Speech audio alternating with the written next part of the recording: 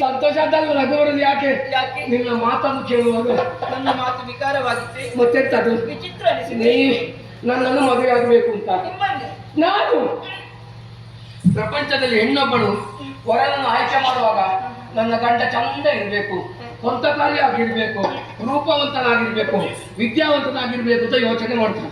ಆದ್ರೆ ನೀನು ಹಾಗಲ್ಲ, ನನ್ನಂತ ವಿಕಾರಿಯನ್ನು ಮದುವೆ ಆಗೋದಕ್ಕೆ ನೀನು ಮನಸ್ಸು ಮಾಡಿದ್ಯಲ್ಲ.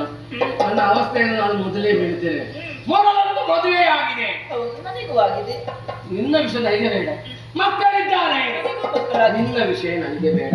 ಆ ಹೆಂಡತಿ ಮಕ್ಕಳನ್ನು ಸಲಹುವುದಕ್ಕೆ ಬೇಕಾಗಿ ದೇಶಾಂತರ ತಿರುಗುತ್ತಾ ಇದ್ದೇನೆ. ಅಷ್ಟು ಕಷ್ಟಪಡ್ತಾ ಇದ್ದೇನೆ, ದುಡಿತಾ ಇದ್ದೇನೆ. ನಿನಗಾಗುವುದು ನನಗೆ ಕೂಡಬೇಕು.